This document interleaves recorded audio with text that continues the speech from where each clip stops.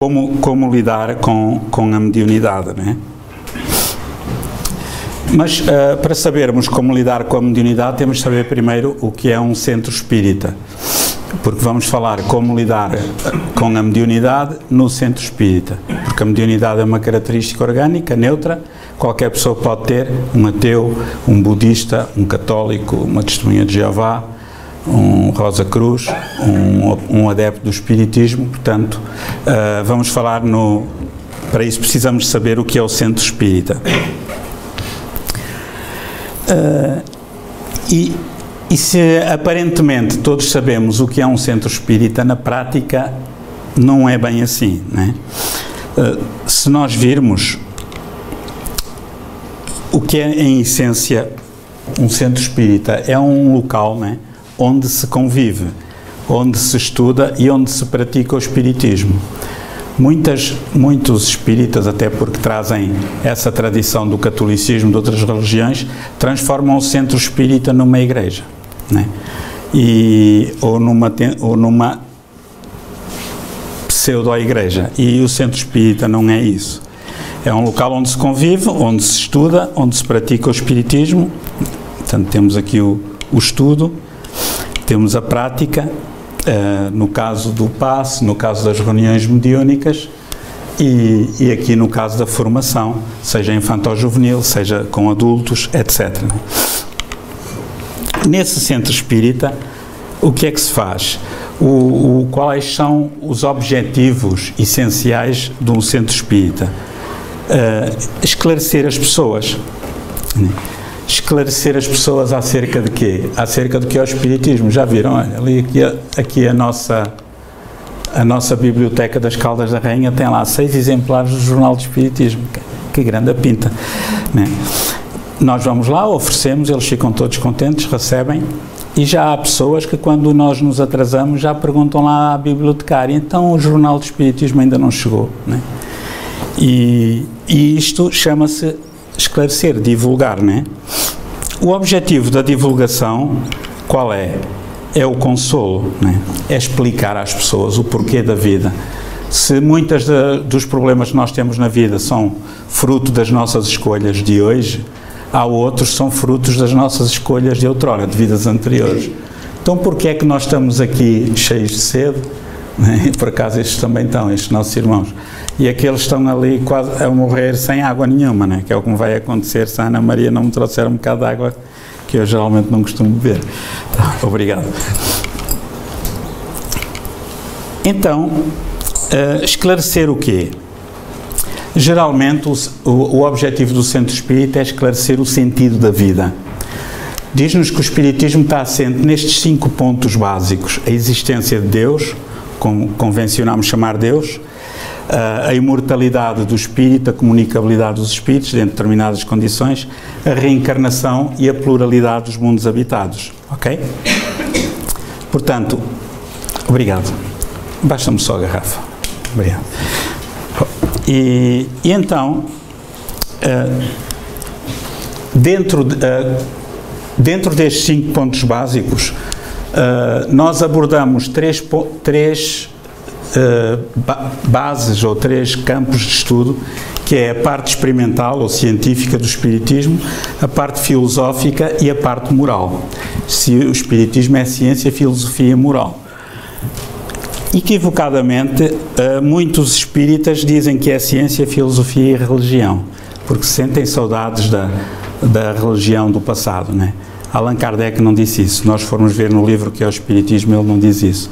Mas nós vamos atropando, vamos adaptando às nossas conveniências. Depois, o objetivo é consolar. Consolar o quê? As pessoas que vêm em busca de uma explicação para a vida, né? Porquê é que isto acontece comigo e não acontece com o meu vizinho? Porquê é que o meu filho tem um cancro e o vizinho do lado não tem? Porquê? Será isto por acaso, não é? Criar uma nova base existencial para a humanidade, com as suas alegrias e tristezas, né? No entanto, isto passa a ter uma lógica, um sentido para a vida, quando eu estudo a reencarnação, a lei de causa e efeito, etc. Okay? Ao fim e ao cabo, o objetivo do centro espírita é este, né? É um dia alguém dizer-nos assim: epá, tu estás mudado. Eu disse: olha, eu despertei, né?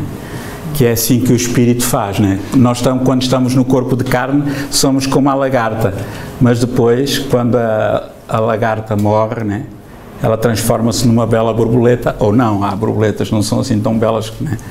Aqui é mais uma espécie de tipo Lucas, né? Mas quando eu for mais evoluído vou ser multicolor, né? Isto não tem atenção, que isto não tem nada a ver com política, estou a brincar, sou bicolor só. Ok, então, reparem, com o Espiritismo nós aprendemos a lógica da vida, e a lógica da vida é a reencarnação, e ainda há pessoas que não acreditam na reencarnação. Isto saiu num jornal aqui de Portugal, né? Jornal de Notícias, salvo erro. Não. É um qualquer. É. E este homem já morreu 2 vezes e ainda cá está. Aqueles problemas que há com os bilhetes de identidade, né? Foi dado como morto 2 vezes e o homem continua. Isto é uma prova da reencarnação, caramba, ninguém acredita nisto. Né? Oh meu Deus. Ok, então já vimos o que é o centro espírita, assim por alto, e o que é a mediunidade, né? Portanto, é preciso também saber o que é a mediunidade, porque o tema é como lidar com a mediunidade no centro espírita.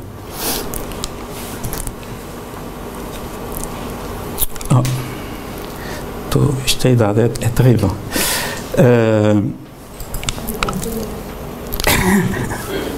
Isto é chamado finger malfunction.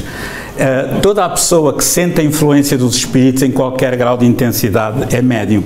Diz-nos Allan Kardec no livro dos médiuns. Olhem que interessante, né? Toda a pessoa. Quem é que não sente? Há pessoas que dizem que não sentem. Mas são aquelas pessoas que têm a mediunidade adormecida. Mas têm. O José Herculano Pires, o grande filósofo espírita brasileiro, filósofo, escritor, poeta, cujos livros são obrigatórios de ler depois dos clássicos, José Herculano Pires dizia, e com razão, que nós somos seres psi. Todos nós temos 6 sentidos. Se calhar temos mais até. Nós não sabemos se vamos descobrir um 7º, um 8º, um 9º sentido. Mas pelo menos 6 temos. Só que a grande maioria de nós tem esse 6º sentido adormecido. Que é aquilo que os cientistas chamam de percepção extrasensorial.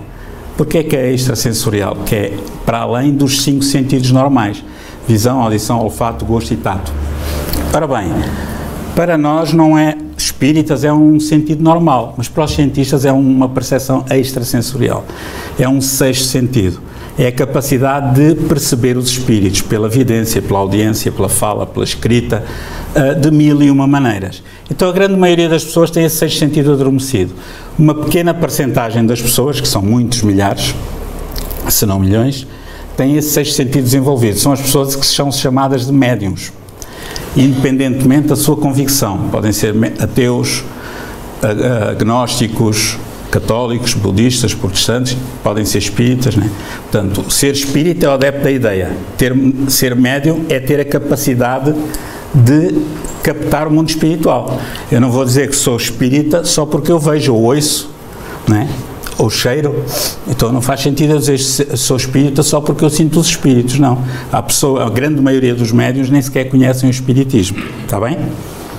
Depois, há uma grande parte das pessoas que estão no planeta Terra, e isto não é apenas uma opinião minha, baseada na observação, na experiência, no atendimento, pessoas geralmente da casa dos 40 anos para baixo, que estão a desabrochar intensamente a sua mediunidade.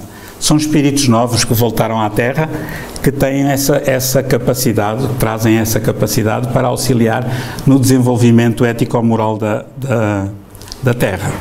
Então já vimos o que é um centro espírita e já vimos o que é a mediunidade. Okay? Como é que o médium chega ao centro espírita? O nosso tema é como lidar com a mediunidade. Muitos médiuns vêm aos centros espíritas pedir ajuda. Porquê? Porque a grande maioria, ou com mapa ou com GPS, mas acabam por andar perdidos. Nem com GPS conseguem cá chegar.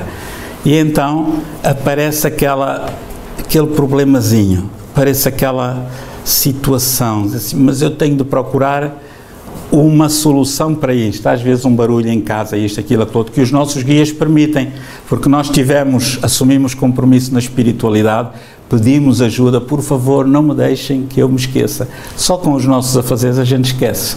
E às vezes aparece um problema de ordem espiritual, isto, aquilo, aquilo outro. Meu Deus, eu vou à procura, começo no médico, o médico não entende, depois vou ao astrólogo, vou ao tarólogo, vou ao cartomante, vou à bruxa, vou ao bruxo, vou em direita, vou aqui, vou acolá. Em todos eles eu pago e em último lugar vou ao centro espírita porque não se paga. Se a gente cobrasse, eu em primeiro lugar ao centro espírita. Então, o médium chega ao centro espírita assim, né? Quase sempre perdido sem rumo. E agora o que é que eu faço? Né? O que é que eu faço com isto? Como é que eu lido com a minha característica? Disseram-me que eu tenho mediunidade, eu ouço vozes, eu sinto coisas, eu sinto pessoas, eu sinto a cabeça assim, parece que está grande, eu sinto o coração a bater, parece que vai saltar do peito, eu sinto um peso no peito, eu sinto um peso nos ombros, parece 1000 quilos, eu sinto a barriga a inchar, eu sinto dores de cabeça, eu sinto aqui uma pressão na nuca. Características típicas de quem tem mediunidade, ou quem tem mediunidade costuma relatar esse tipo, entre outras, não é condição sine qua non. Então, amigos, muitas vezes quem chega ao centro espírita nem sempre é bem entendido, não é? Aqui temos este polícia a querer ajudar, olha qual é o teu endereço, e ele, como já é da nova era, diz assim, o meu endereço é joãozinho@gmail.com, né? E pronto, há alguma dificuldade em explicar esta linguagem nova da mediunidade às pessoas que não a conhecem. Quase sempre a pessoa que tem mediunidade por educar vem com uma dor moral, ou às vezes até com dores físicas, ou uma dor existencial, não é? E vêm porque acreditam que Deus cura, vão em busca da cura. Já foram em busca da cura por todo lado, já lhes disseram que tinham o cofre aberto, já fecharam o cofre, já andam com amuletos, com isto, com aquilo, com aquilo outro, já pagaram centenas de euros e nada. Então procuram uma solução para a dor, o que é perfeitamente normal. Nós, quando temos uma dor de dentes, antes de ir ao dentista, não é? Não é, Anthony? Antes de ir ao dentista, a gente toma pelo menos um algimato, ou passa publicidade, ou um Benuron, qualquer coisa, para a dor passar. Primeiro passa-se a dor, depois trata-se o resto, não é? Com o espírito é a mesma coisa, a gente quer é que a dor passe, depois vou aprender a lidar com isto. Então, muitas vezes as pessoas dizem que passam um verdadeiro purgatório. É curioso que anda toda a gente com medo de ir para o purgatório e há uma terra com este nome aqui em Portugal. Portanto, aqueles já estão habituados, não há de haver grande problema. Muitas vezes a vida do médium que desconhece é de facto um verdadeiro purgatório, porque não sabe lidar com a sua nova característica, né? Outros que sem dor, sem complexo nenhum, sem problema nenhum, perdão, mas muitos vêm em busca de quê? Do fenómeno. E deixa lá ver se vou lá ao centro espírita a ver se as cadeiras voam, se há alguma coisa que ande pelo ar, mas não sei quantos. Enfim, vêm por curiosidade, não é? Mas há pessoas que vêm por afinidade. Elas sentem uma afinidade com a doutrina dos espíritos. Elas sentem, pá, isto diz-me qualquer coisa. Eu li um livro, parece que estava a reler, é porque já tive contacto com isso, ou no mundo espiritual ou numa vida anterior. Então vêm por afinidade. E outros vêm em busca do conhecimento, né? É muito interessante esta frase do Nelson Mandela, né? Eu nunca perco, ou ganho ou aprendo. Ok? Eu ganho ou aprendo. Outros vêm porque sentem uma necessidade de crescimento espiritual, já não têm, assim, a minha religião já não me serve, né? A mim aconteceu-me isso, eu era católico, aprendi muito no catolicismo, fui o único da família que degenerei e então cheguei a uma altura que não me dizia nada aquilo, né? E então, não por desrespeito para com os católicos, mas eu sentia que havia algo mais. Até que a mãe de um amigo meu e colega lá da Força Aérea, que era espírita, eu era um acérrimo opositor do espiritismo, porque eu pensava que os espíritas eram médiuns, comerciantes, charlatães. Isso é uma cambada e tal. Até que ela um dia encostou-me à parede e disse-me assim, ó Lucas, é uma falta de bom senso combater o que não se conhece. E eu fiquei com uma raiva assim, vais ler este livro e depois criticas, que era o livro dos Espíritos. Eu li aquilo com uma pressa enorme, nem imaginam, com uma vontade que era de provar que aquilo era tudo mentira, que era uma aldrabice, porque eu pensava que eram uns médiuns charlatães. Quando eu comecei a ler aquilo, meu Deus, é isto que eu ando à procura. Eu não li, eu devorei, eu acho que li aquilo em dia e meio. E a seguir foram outros e outros e outros. Eu já conhecia aquilo, eu estava a reler. Então, muitos de nós temos essa necessidade de crescimento espiritual, não é? Agora, no centro espírita, quando a mediunidade está educada, é esta harmonia, esta serenidade. Quando ela está deseducada, por vezes torna-se, parece ameaçadora, parece que nos vai engolir, como mesmo assim tem a sua beleza, como as ondas da Nazaré. Esta foto é minha, cuidado. Eu adoro este sítio. E então, se eu tivesse dinheiro, comprava, fazia uma casa em cima do Farbelim da Nazaré, se eles deixassem, claro. E então a mediunidade funciona assim como qualquer, aliás, sentido, não é? Se nós temos a capacidade de ouvir e calar, temos paz dentro de nós. Se nós ouvimos e vamos contar e cortar na casaca, somos aquela onda perigosa.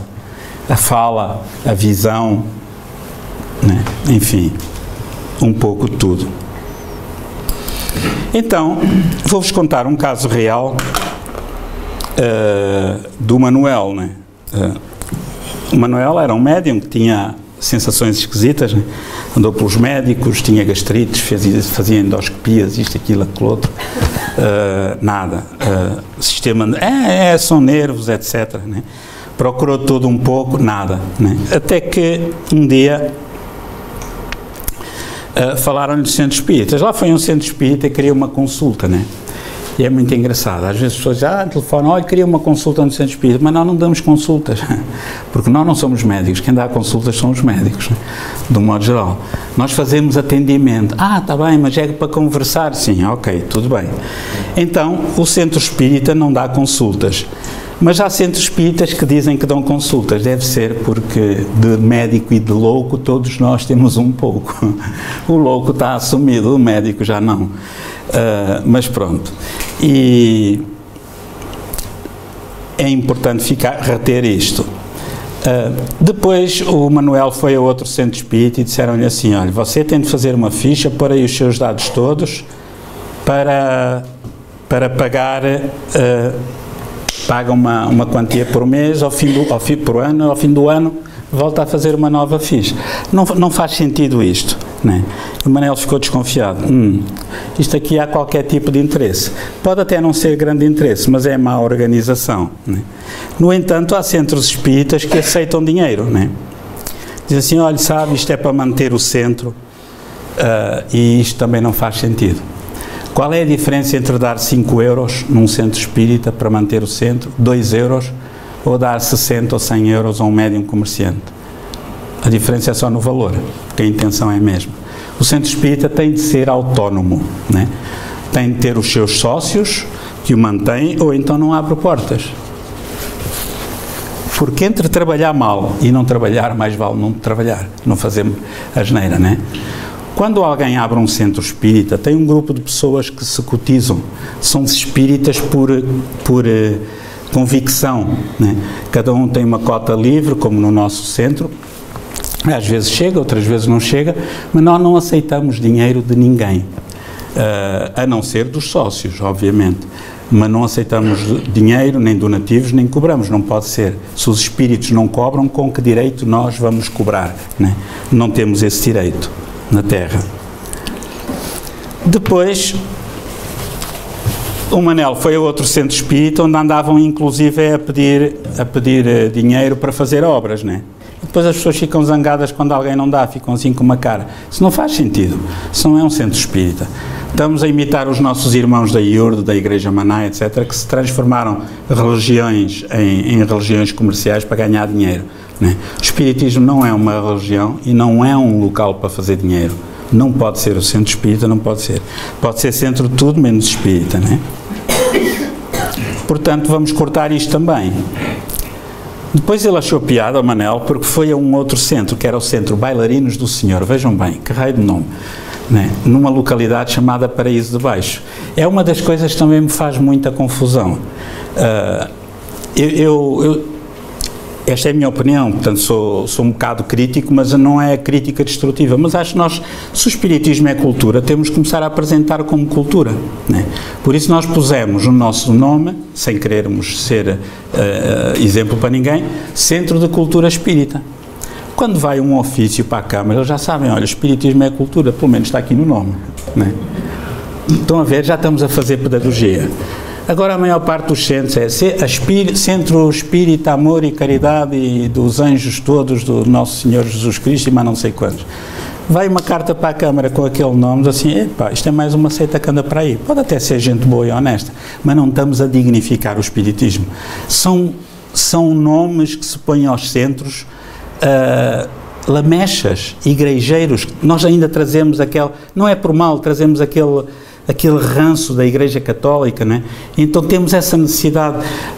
A palavra que vocês mais encontram nos centros espíritas é a palavra fraternidade. Nós temos necessidade de dizer aquilo que não somos. Centro Espírita Fraterno dos Amigos do Senhor e mais não sei quando. Queremos dizer que somos fraternos. Para quê? Porque é que não vamos pôr só Centro Espírita de Caldas, Associação Espírita de Lisboa, né? Associação Cultural Espírita de Lisboa, por exemplo. Pronto. Mas isto são opções. Então o Manel não gostou muito daquilo dos bailarinos do Senhor, porque ele não tinha muito jeito para dançar, pensou, ainda me vão pôr aqui a dançar, e interpretou mal o nome, não é? Depois lá encontrou um assim um bocadinho mais florido, né? e viu que ali não havia cobranças, etc, e lá apareceu o Manel. Mas ele queria ir, já tinha ouvido falar numa coisa que ele não entendia muito bem, que era o atendimento fraterno, que é outra coisa que não se entende. Porque no centro espírita tudo deve ser fraterno, não é?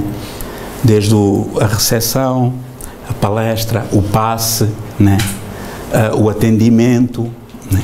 A desobsessão, todas as atividades num centro espírita e fora do centro espírita por parte dos espíritas devem ser atividades fraternas. Então porquê é que a gente põe o nome ali, atendimento antifraterno? Fraterno, das duas uma, ou é porque há um atendimento antifraterno a seguir, que é a mocada, pode haver, não sei, ou é aquela, não, é uma necessidade que nós temos de dizer que somos fraternos, nós somos bons, nós somos os maiores.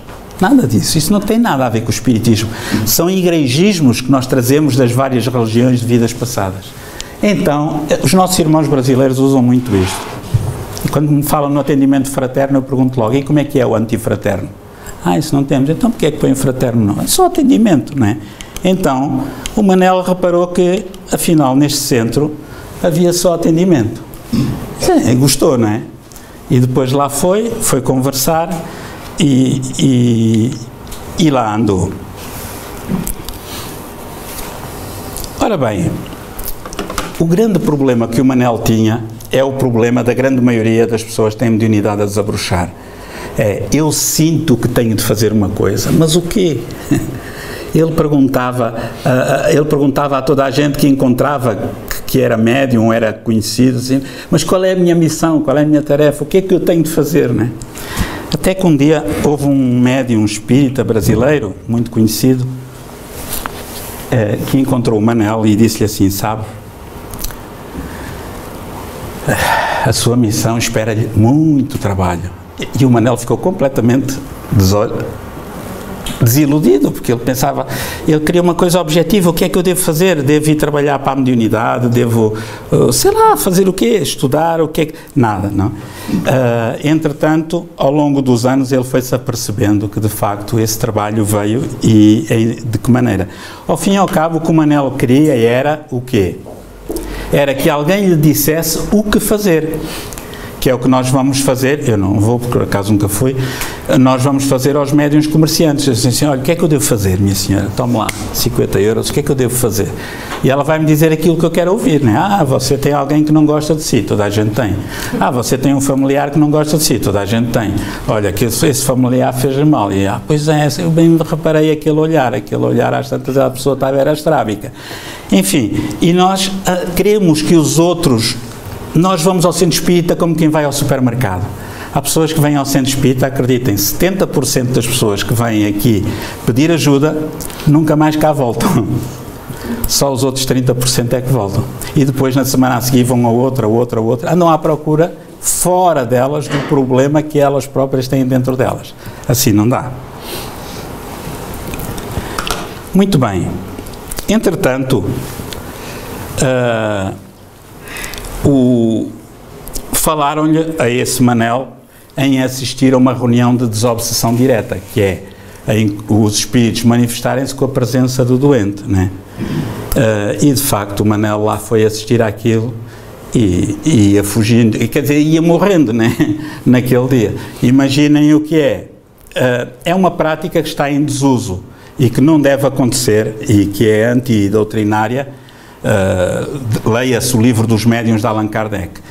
Só deve pertencer à reunião mediúnica quem tem preparação para isso. Ora bem, eu, se for o doente, se for um centro espírita que faça desobsessão direta, isto é, manifestação dos espíritos, com a presença do doente, neste caso a minha, o que é que vai acontecer? Eu não estou preparado. Imaginem que aparece um espírito que se manifesta assim: eu vou-te matar, eu vou dar cabo de ti, mas não sei quanto. Se eu estou mal, psicologicamente, eu vou sair de lá pior. Eu vou sair de lá com mais ligação mental com o espírito obsessor. Eu não tenho condições para saber aquelas informações, né? Então, é um desserviço aquilo que se faz por pessoas, porque as pessoas gostam. Há pessoas que gostam muito do espetáculo, da fantasia. Os espíritas inventam muita coisa que não está na codificação, na obra de Allan Kardec. Então, a desobsessão existe, no nosso centro também existe, mas não é com a presença do doente, porque ele não deve lá estar, ou do necessitado. Há uma preparação, com 15 dias de antecedência nós orientamos esse pedido de ajuda e os amigos espirituais trazem as pessoas que estejam porventura, os espíritos que estejam porventura associados a essa pessoa, a essa casa, à reunião, manifestam-se nos médiuns e nós procuramos conversar com eles, com amizade, e para que eles sigam os benfeitores espirituais. Outra coisa que também nós não utilizamos na reunião de desobsessão é telemóvel, né? O telemóvel é sempre desligado, nem na vibração nem nada, que é para não vá às vezes chegar uma chamada do além. E aqui dentro também, por favor, desliguem os telemóveis. Então, amigos, o que é que o Manuel descobriu? Descobriu que havia um curso básico de Espiritismo.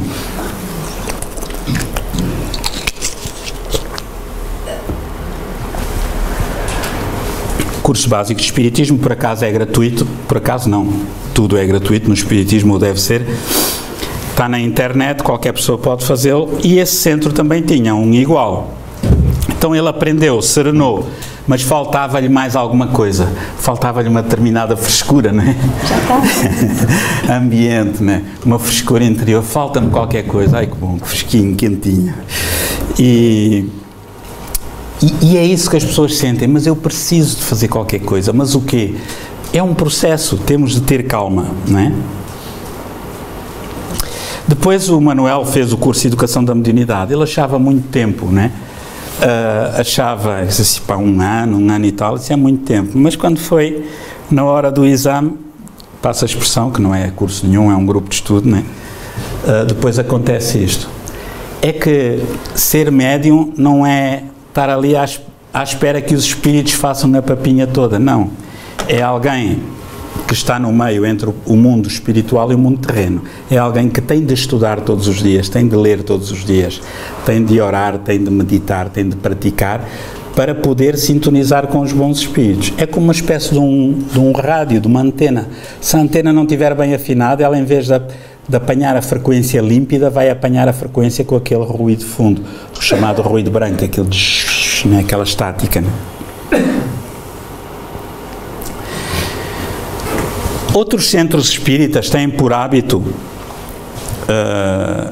hoje a senhora vai estar na Berlinda, desculpe, pronto.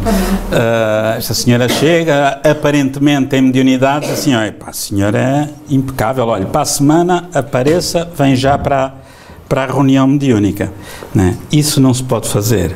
Isso é um crime, ok? Isso não se pode fazer, porque ela não tem condições. Pode ter a característica, a aptidão, mas precisa de ser burilada como um diamante, precisa de aprender a lidar com ela, para ser ela a controlar a sua faculdade e não a faculdade a controlá-la a ela. Se ela não consegue controlar a faculdade, como é que vamos pô-la a trabalhar numa reunião mediúnica sem saber o que está a fazer? É a mesma coisa que me pegarem em mim e meterem-me numa cozinha de um hotel de 5 estrelas, fazer de chefe. Vai dar asneira, né? Que eu sei estrelar um ovo, fazer um arrozinho e tal e pouco mais. Portanto, cada macaco no seu galho, né? E então, muitas vezes as pessoas fazem assim, olha, você para a semana aparece aqui, está bem? Sábado à meia-noite. E depois fica numa fila de trás, né? São os espíritas de primeira, aqueles que estão preparados, e eu fico ali na fila de trás. Há muitos centros que usam isto. Isto está errado, doutrinariamente está errado. Mas pronto, estas pessoas não têm condições de estar ali. Precisam de estudar primeiro, estudar a parte teórica e estudar a parte prática, para depois poder, então, exercer, se quiserem, a mediunidade, e não como obrigação. Mas isso tudo está muito bem explicado no livro dos médiuns, de Allan Kardec, no capítulo Reuniões e Sociedades. Antigamente não se chamavam centros espíritas, não havia. O primeiro centro espírita foi a sociedade espírita que Allan Kardec criou, não é? Então eram mais as sociedades, que são agora as associações. E Allan Kardec explica bem os perigos destas atitudes e como devem ser, que características devem ter as reuniões mediúnicas.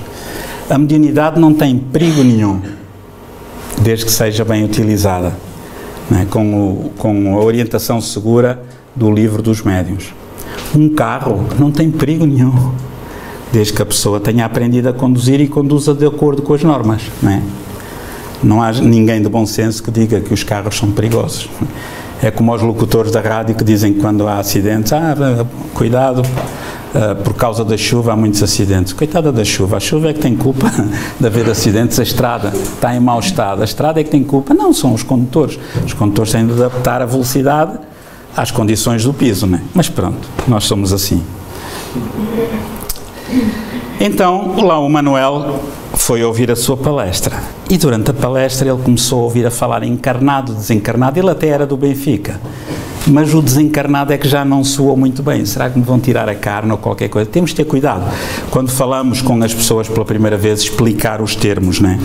Ectoplasmia, etc.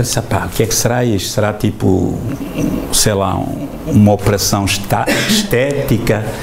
Depois fala-se muito de sofrimento nos centros espíritas. A gente tem de sofrer. Não tem de sofrer nada, né? Sofre um bocadinho quando está calor, mas pronto, mas depois refresca, né? Fala-se muito dos obsessores. Perispírito, umbral, termos esquisitos. Não são esquisitos, mas para as pessoas que vêm pela primeira vez são esquisitos. E a doutrina espírita é uma janela de esperança, de alegria, né, para o presente e para o futuro, no curto, médio e longo prazo. Não é uma igreja onde a gente vai pedir a Deus que nos tire todas as dificuldades que temos da vida. Não, eu dou graças a Deus por ter a minha mulher, porque é o caminho mais rápido daqui para o paraíso, né? Eu estou a brincar, eu acho que vai ser ela que vai chegar primeiro ao paraíso, né? Nem vai precisar de reabastecer pelo caminho.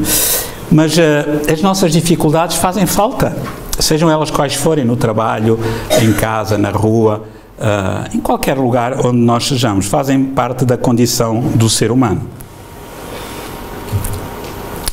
Muito bem, mas o Manuel não desistiu. Então ele foi ao passe, disseram-lhe para ir ao passe no centro espírita, e isto do passe é interessante. O passe é uma limpeza da aura, mas ele não sabia o que era a aura. Limpar a aura, será que me vão dar com um espanador ou qualquer coisa? Temos de explicar isso às pessoas para elas não criarem resistência, porque eu confesso-vos, a primeira vez que eu fui a um centro espírita eu tinha 19 anos, eu ia todo como se diz lá no norte, cagadinho de medo, caralho. Ia cheio de medo. O que é que lá vai acontecer? Havia qualquer coisa, qualquer som mais esquisito, eu olhava para todos os lados e mais não sei quantos. Faz-me lembrar um caso num outro centro onde nós estivemos, aqui nas Caldas, que tínhamos lá um desumidificador e aquilo tem um termóstato e de vez em quando ativa, né? Com umidade, ou era um aquecedor, já não sei. E então aquilo de vez em quando fazia barulho quando ligava, né? Uma senhora que estava lá pela primeira vez mandou um salto na cadeira porque pensava que era um espírito. Então muitos de nós não temos essa noção, né? E então o Manuel lá foi ao passe. E é muito interessante, porque sem o esclarecimento nós criamos fantasias, né? E depois havia uma pessoa a dar passe que fungava, o outro bailava, o outro sacudia as mãos, o outro soprava, né? Não há necessidade de nada disso, ainda por cima o sopro era uma técnica antiga que se utilizava, né? Se eu tiver mau hálito, eu faço o sopro, tratamento aqui, ele cai para o lado desmaiado, né? Por amor de Deus. E depois ainda o Manuel lembrou-se dos 3 porquinhos. Olha que ainda bem que não está aqui o lobo mau, se não com uma sopradela lá ia eu para o galheiro, né? Depois, enfim, o passo tipo ventoinha, né? Há várias coisas, né? E o sopro curador, que é o que o lobo mau faz aos 3 porquinhos, né? E eles inteligentemente nunca o quiseram. Muito bem, isto para dizer o quê? Para dizer que o espiritismo é algo que está muito bem codificado, muito bem estruturado por Allan Kardec e que nós, às vezes, seres humanos, adaptamos às nossas idiosincrasias, né? E vamos alterando a sua essência, retirando-lhe credibilidade. E isso não está correto. Uma coisa é o espiritismo, outra coisa é o que os espíritas fazem. Já Leon Denis, o filósofo que sucedeu a Allan Kardec em França, ele dizia: o espiritismo será aquilo que os espíritas fizerem dele, né? E estamos a fazer com o espiritismo, muitos de nós, aquilo que os cristãos fizeram com o cristianismo. Pegaram numa ideia boa, que era a ideia que Jesus de Nazaré trouxe, e transformaram-na numa religião. A Igreja Católica, depois nas outras divisões e tal, e começou-se a matar em nome de Deus. E nós já estamos a querer também transformar o espiritismo em uma religião, enfim, vamos lá ver o que é que vai dar. Mas somos livres pensadores. Um dia, o Manuel teve a sorte de descobrir alguém que lhe apontou o caminho, né? E 2 pessoas, uma amiga e um amigo. Esse amigo era apaixonado pela natureza, o amigo dos bichinhos, e tornaram-se verdadeiramente amigos. E ele aí descobriu uma coisa, descobriu que a solução passa por aqui, né? Não se irrite, sorria, não critique, auxilie, não grite, converse, não acuse, ampare. O Manuel andava à procura, mas o que é que eu tenho de fazer? Pela primeira vez ele encontrou 2 pessoas que o orientaram, sem o criticar, sem lhe impor nada. Inclusive, nos centros espíritas onde essa moça e esse rapaz funcionavam, nem sequer existia placa no atendimento, né? Porque há muitos centros espíritas que as pessoas põem uma placa, né? José Lucas, trabalhador do Centro de Cultura Espírita, né? E a gente anda ali com a placazinha, né? E tal. Depois outros põem uma bata branca. Porque é que não há de ser bata preta? Ou roxa? Ou azul às riscas? Ou sem bata, né? São coisas que nós trazemos do catolicismo, né? A necessidade de sobressair. O Centro Espírita é uma reunião de amigos. Estamos aqui todos. Eu não sou mais do que vocês. Não é modéstia, mas não sou. Não é falsa modéstia, mas não sou. Estou a apresentar um tema. Vocês podem ouvir, podem concordar ou não, podem discordar, podem aceitar ou não, mas o objetivo é este, é uma troca de ideias. O Centro Espírita tem de ser isto, né? Então, de preferência, não usem a placa, nem no atendimento fraterno. Agora, o que é preciso saber para resolver esse problema quando nós vamos ao centro? Epá, mas como é que eu vou lidar com a mediunidade? Muito bem. Muitas das pessoas que têm a mediunidade a desabrochar revelam isto, revelam ideias absurdas que aparecem, ideias inopinadas, repentinas, perturbadoras, ideias obsessivas contra a sua vontade. Ideia obsessiva é aquela ideia fixa. Aquela ideia fixa, aquela ideia fixa. De repente eu acordo com uma malapata com esta senhora. E ando com ela todo o dia no pensamento. Epá, aquela senhora não gosta de mim, aquela senhora não gosta de mim. Quando aparece uma ideia fixa, e toda a ideia fixa é perturbadora porque os bons espíritos não projetam ideias fixas, respeitam o livre-arbítrio. Toda a ideia fixa é fruto, tem como origem um espírito pouco evoluído, que tenta fazer com que nós pensemos da maneira que ele pensa. Por exemplo, imaginemos que a São é minha mulher. E ela tem inimigos do passado, de uma vida anterior, que não lhe conseguem chegar, por algum motivo, ou porque ela não os sente, ou porque tem uma proteção boa, etc. Imaginemos, os espíritos descobrem que eu tenho alguma mediunidade e não muito bem educada. Eles vão tentar utilizar-me para criar-lhe problemas a ela.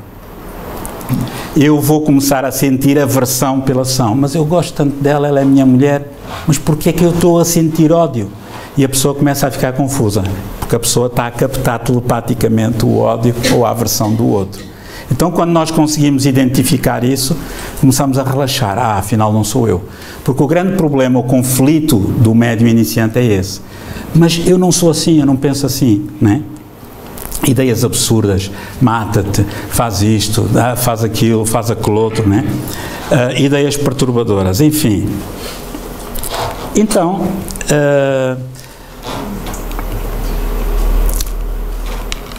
andando para a frente, muitas pessoas, a grande maioria das pessoas já lhe passou esta ideia pela cabeça, do suicídio.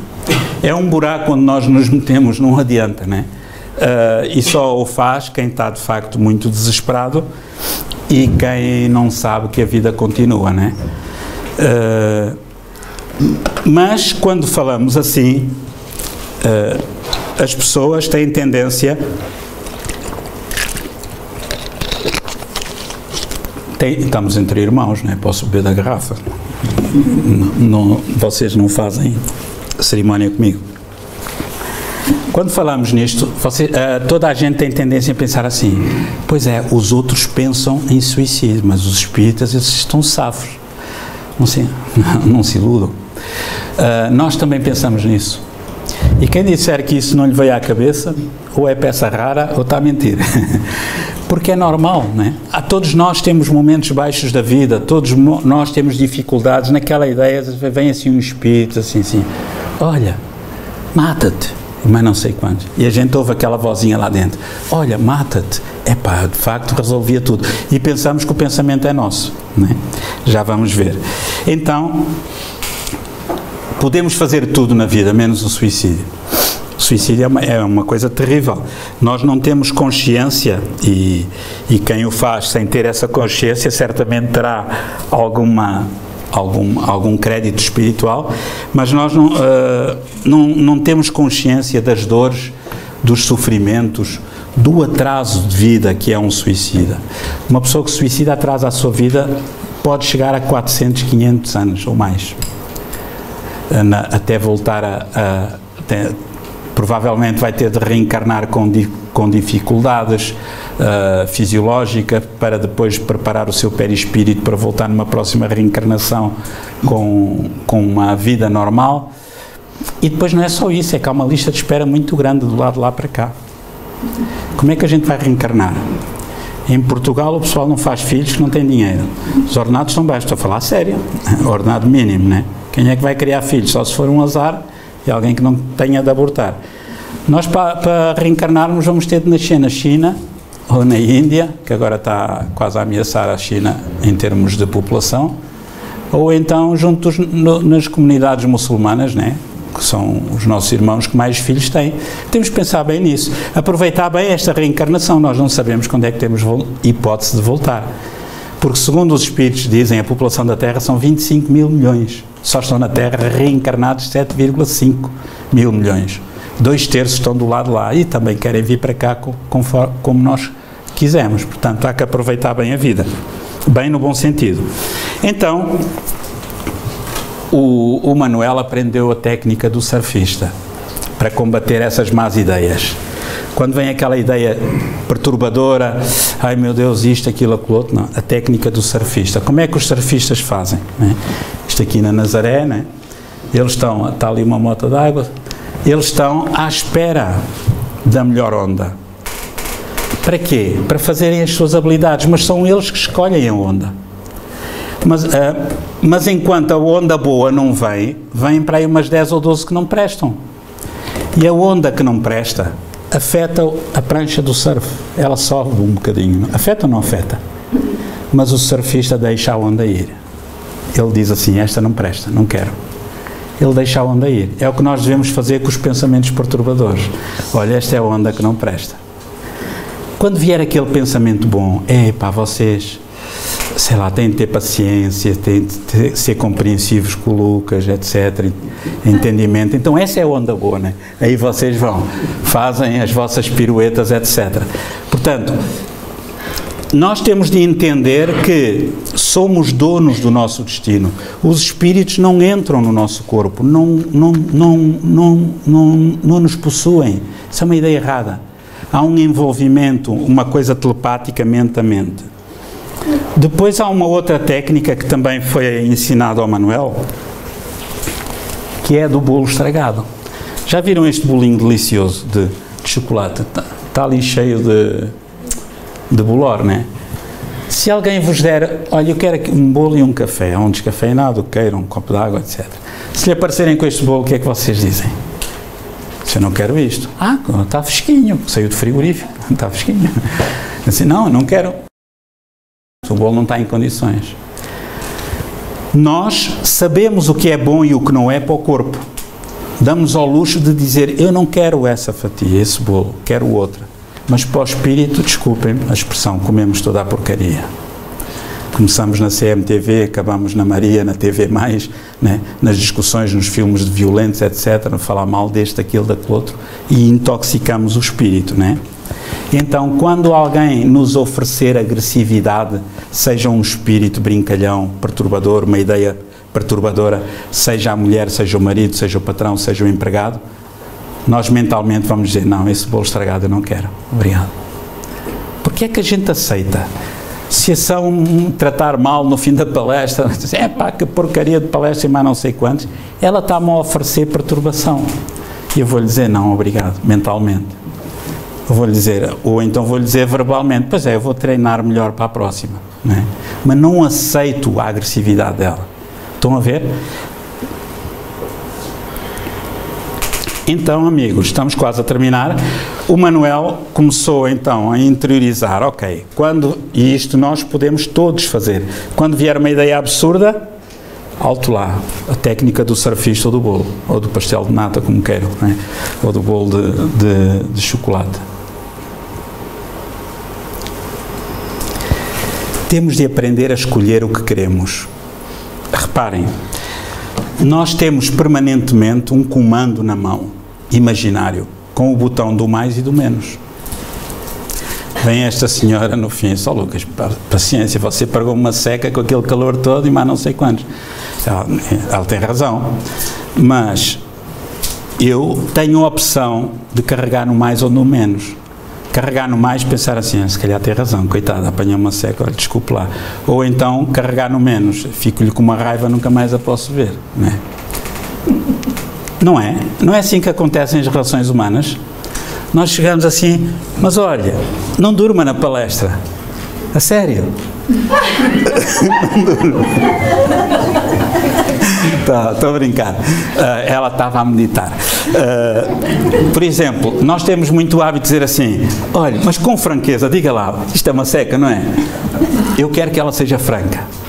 É o que nós dizemos, mas com franqueza. E ela dizer assim, Lucas, de facto você já se devia ter calado há 10 ou 15 minutos.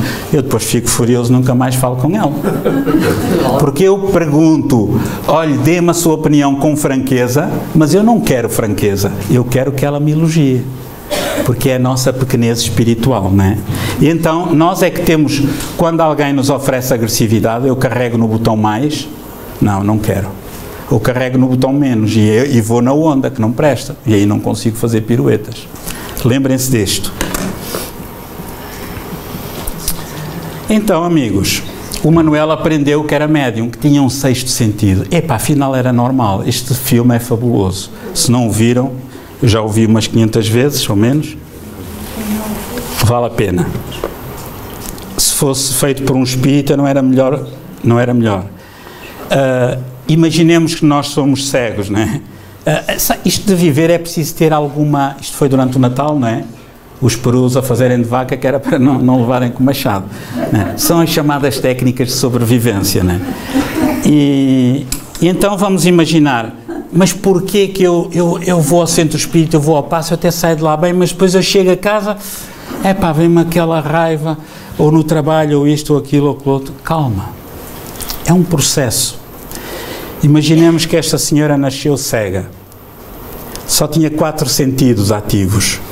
Aos 20 anos vai pela mão de alguém, de um familiar, começa a ver, põe logo uns óculos de sol, depois dizem-lhe assim, olha, não passa agora que está vermelho, ela não sabe o que é o vermelho, olha que flores tão bonitas aquelas amarelas, ela não sabe o que é amarela. Para ela vai ser uma confusão ver, e para as pessoas que estão habituadas, ver é normal. E vamos dizer, mas ver é tão bom, não é nada, eu não posso olhar para o sol, ou não sei para cima, mas o que é que se passa, porque é que tem de andar com os óculos de sol, não é? Temos de nos ir habituando. Viram aqueles miúdos que ficaram presos na gruta? Tiveram de estar quase uma semana com óculos de sol para se irem habituando à luminosidade. E eles viam. Agora imaginem um cego de nascença. Então, quando a nossa mediunidade desabrocha, é tal e qual como um cego de nascença começa a ver de repente. Nós temos um novo sentido, não sabemos como lidar com ele. Temos de ir aprendendo. Como? Numa escola. Ou onde? O centro espírita. Né? Uma vez por semana. Ir aprendendo a teoria, a prática. No dia a dia as coisas vão melhorando e muito. E lembrar sempre, ok? E educar o pensamento. Olhem, reparem bem. Este já tinha ouvido esta palestra, então está à espera da onda boa, não vai numa qualquer, ok?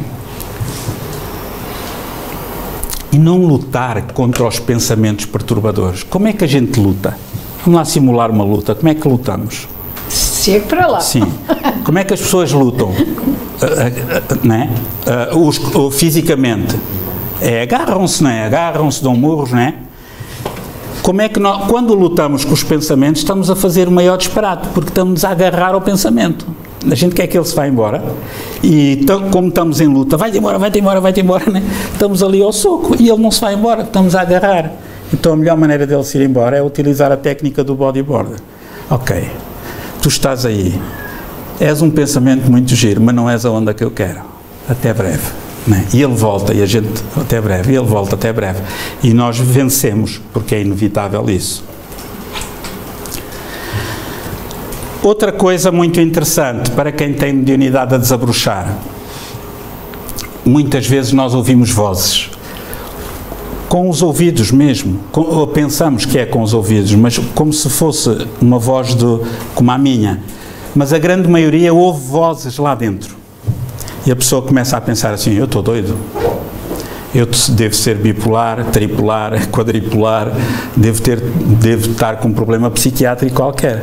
Porque eu ia ali a andar muito bem e de repente apeteceu-me atirar-me para debaixo do caminhão que ia a passar. Eu estou a ficar maluco, meu Deus, eu tenho de ir a um psiquiatra. E se for um psiquiatra que não é espírita, vem de lá com antipsicóticos se disser que houve vozes ou mais não sei quantos. Se for um psiquiatra que é espírita, a receita que traz é o endereço de um centro espírita, mais nada. Como é que isso funciona? Se eu for ali no passeio e se tiver um senhor do outro lado, vamos agora, para variar, para não ser sempre a mesma pessoa, esta senhora. Imagine que a senhora vai ali no passeio e que vai um homem do outro lado, no outro passeio, e o homem diz-lhe assim, olha, faz favor, e a senhora olha, diz assim, atravessa agora que vem o caminhão, e vem ali um caminhão daqueles semi-trailers, o que é que a senhora faz? Não vou. Pensa assim, o homem é tolinho, e segue o seu caminho e vai-se embora. Agora, imaginem a mesma situação, mas ela não vê o homem. Ela está ali, é médium, está lá o homem, o espírito sem corpo, que ela não vê, e que lhe diz assim, passa agora que vem o caminhão.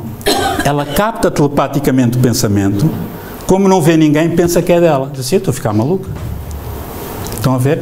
A importância de aprender a lidar com isto. É perfeitamente normal. A telepatia está provada cientificamente desde os anos 60 pelo casal Rhine, Joseph Banks Rhine e Louisa Rhine, na Universidade de Duke, nos Estados Unidos. Então, companheiros, não há impossíveis. E caminhando para o fim, o Manuel aprendeu uma coisa que foi a mais confortante de todas no centro espírita. É que disseram-lhe assim: espera aí, tu tens filhos? Por acaso ele tinha. E tu, que idade tem a tua filha e o teu filho? Lá disse a idade.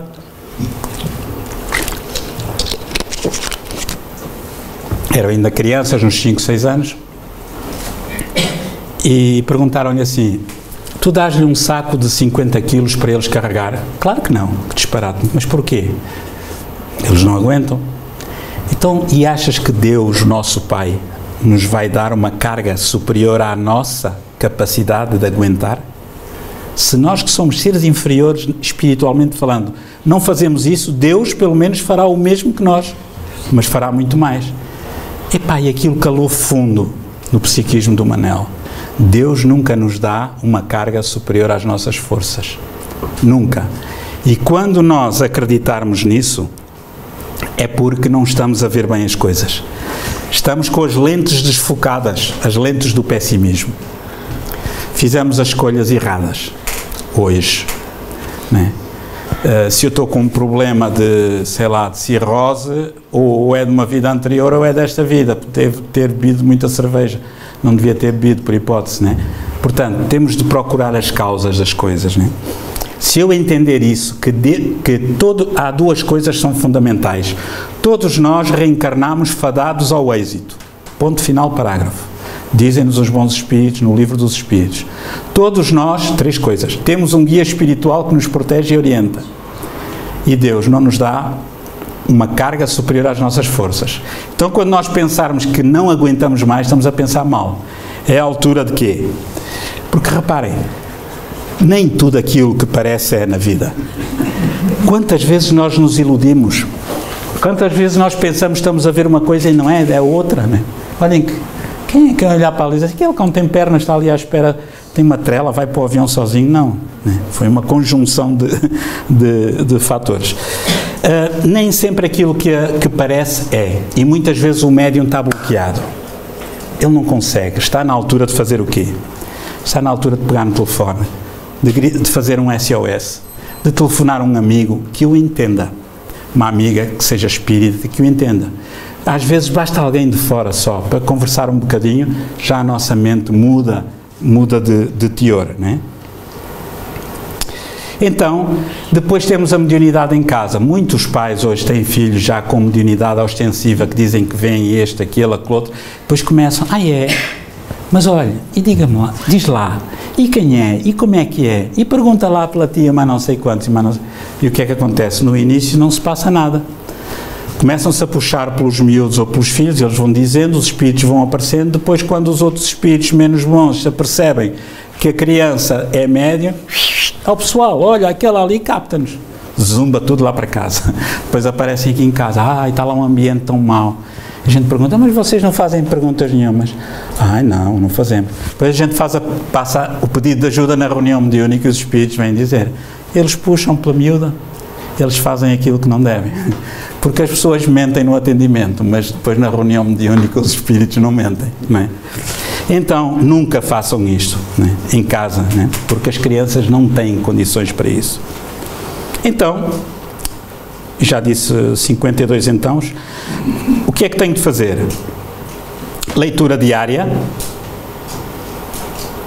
oração. Mas é uma oração, orar não é rezar, Pai Nosso, Ave Marias, Salve Rainhas, etc. Há pessoas que para rezar pregam uma seca.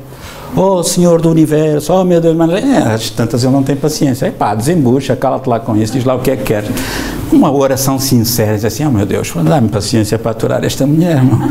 Uma vez por semana, não é minha mulher, é a minha companheira aqui de trabalho. Uma vez por semana, mas é bem melhor que a Amélia é terrível. A minha baixinha é fogo. Então a oração é uma coisa simples: oh meu Deus, ajuda-me, dá-me paciência, dá-me forças, compreensão, entendimento, né? dá-me forças, discernimento, lucidez, para eu conseguir levar por diante esta tarefa, não é? E a leitura, a oração, o Evangelho no lar. É muito importante escolher, temos ali uns desdobráveis que explicam como é que se faz, uma vez por semana que seja, sempre à mesma hora, ao mesmo dia. Mesmo que nós pensemos que estamos sozinhos, estamos acompanhados de bons espíritos que vão lá ajudar na asepsia da casa. E se mesmo assim não ficarmos bem, vamos ao passe no centro espírita. O passe espírita é para quem necessita, fisicamente, psicologicamente, espiritualmente. Se eu estiver bem, eu não posso ir ao passe. Pode, mas está a abusar da generosidade dos bons espíritos, está a desperdiçar energia, portanto a energia que é utilizada sobre eles, e está a abusar da boa-fé dos passistas. Mas eu não posso ir ao passe para prevenir a doença da amanhã? Não faz sentido. Isso é como eu tomar agora um comprimido para a dor de dentes da manhã, que eu não sei se vou ter ou não.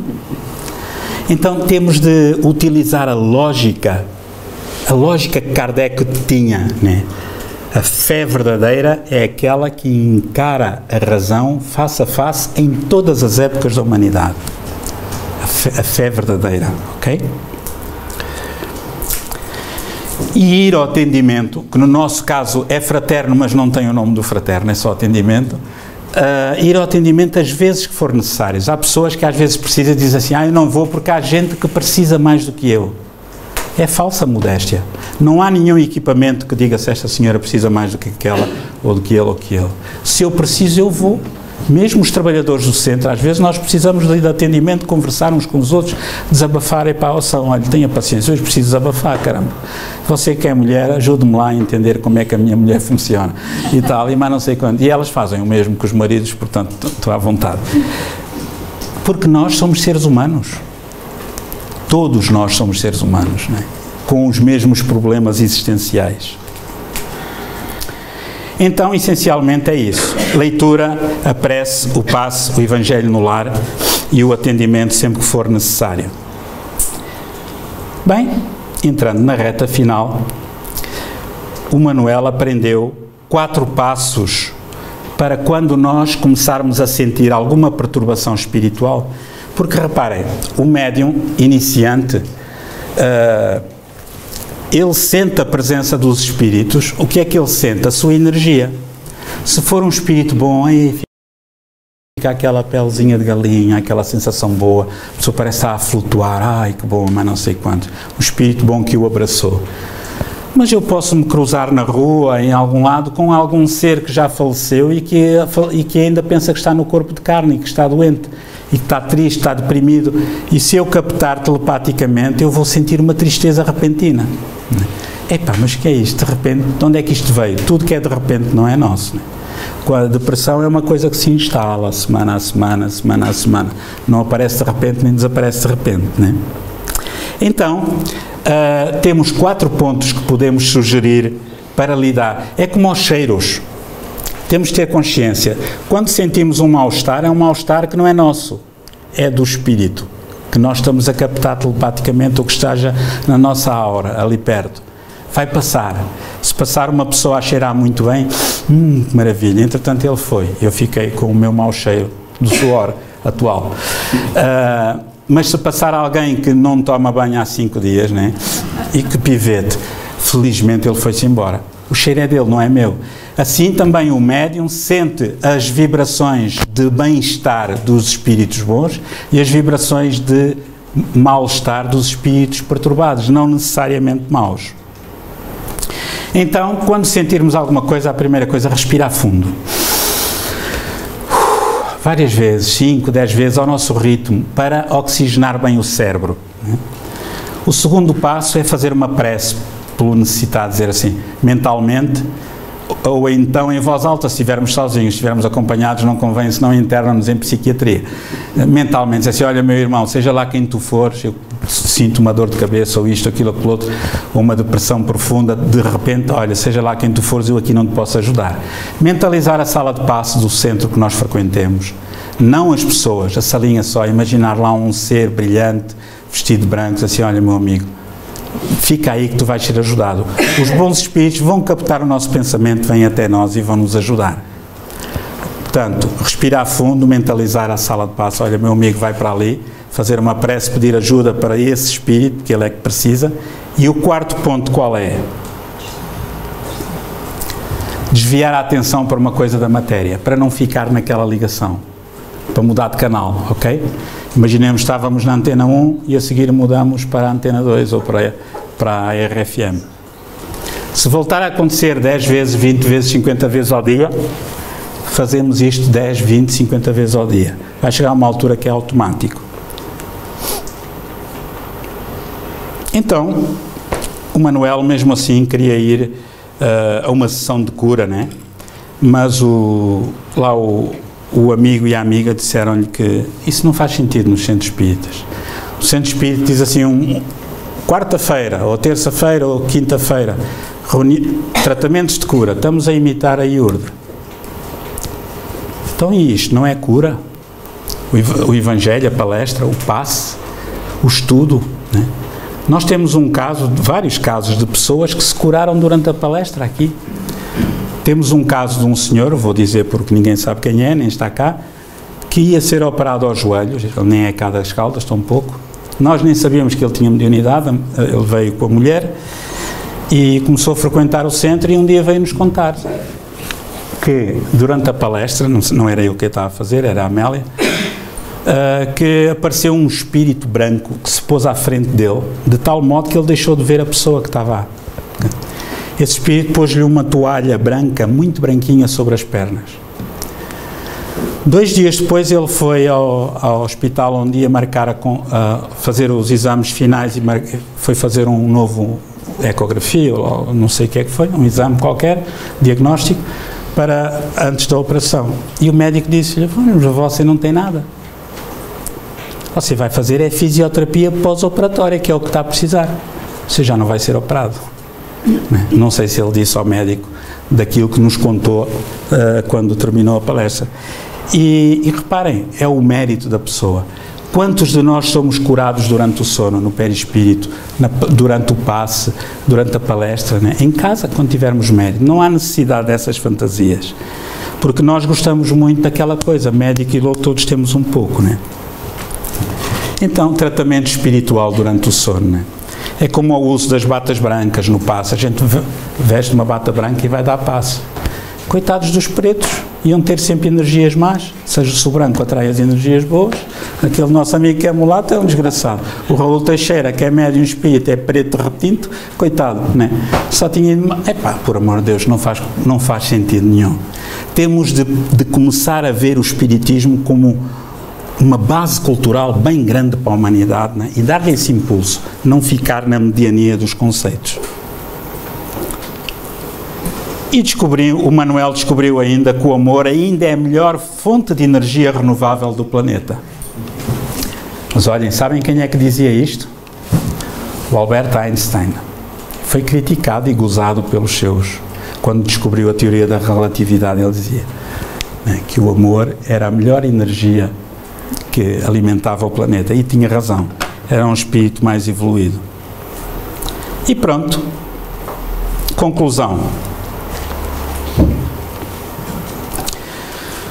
O médium no centro espírita, o que é que ele precisa? Precisa aprender, estudar, né? Fazer grupos de estudo, para aprender a servir mais e melhor. Precisa de aprender a pescar em vez de levar o peixe, é óbvio. Precisa de calma, acima de tudo, né? Aprender a teoria e prática, mas assente na humildade, perseverança, assiduidade. O que ele quer é calma. Preciso de calma, dar tempo ao tempo.